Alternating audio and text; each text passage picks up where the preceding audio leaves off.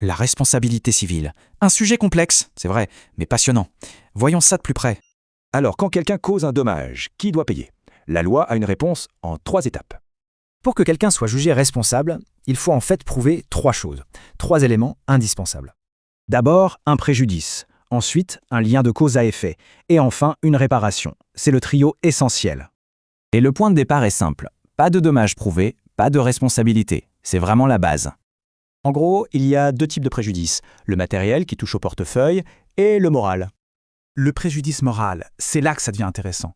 La loi reconnaît vraiment toutes sortes de souffrances. Mais attention, pour être indemnisé, le dommage doit toucher un intérêt légitime. Tout n'est pas réparable. Et justement, la notion de légitime évolue.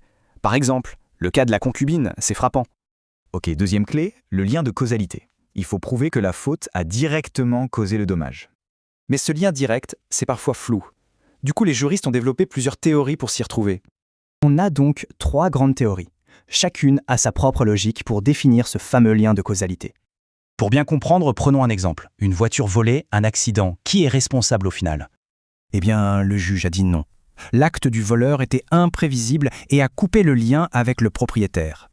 Alors, on a un dommage, on a un lien. Il manque la dernière clé. Comment est-ce qu'on répare? Pour ça, il y a 2 approches. Soit on répare tout au cas par cas, soit on utilise un forfait. Le forfait, c'est courant en assurance. Par exemple, les frais funéraires sont plafonnés, c'est fixé à l'avance. Mais le principe de base, c'est de réparer, pas d'enrichir. Juste rétablir l'équilibre, rien de plus.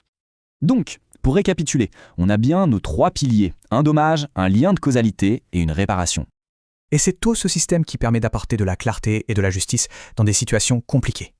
Mais ça soulève une question, est-ce qu'une somme d'argent peut vraiment tout réparer, surtout la souffrance morale?